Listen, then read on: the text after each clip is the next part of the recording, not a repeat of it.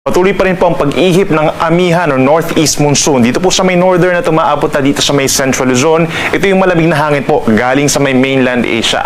Samantala, ito namang shear line o yung linya kung saan nagtatagpo ang malamig na amihan at mainit na easterlies, nagkakos pa rin ng mga pag-ulan. Pero nandito na po sa may silangang parte ng southern Luzon and Visayas, kaya minsan malalakas na po yung mga pag-ulan doon. Habang natitirang bahagi ng bansa, more on mga localized thunderstorms, particularly sa may southern portion of Visayas, sa buong Mindanao, dito rin po sa lalawigan ng Palawan.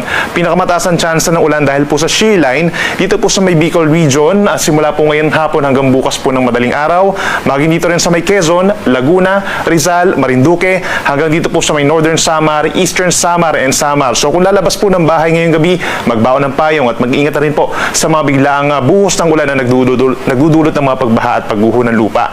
Asahan naman po yung generally light rains or mahinang ulan naman dito sa may Cagayan Valley, Cordillera region at lalawigan po ng Aurora. Minsan nagkakaroon ng katamtamang ulan kapag mga nasa bulong-bundukin po ng mga lugar, habang natitirang bahagi ng northern and central Luzon, isolated light rains lamang, generally bahagyang maulap ang kalangitan at malamig po sa madaling araw dahil sa amihan.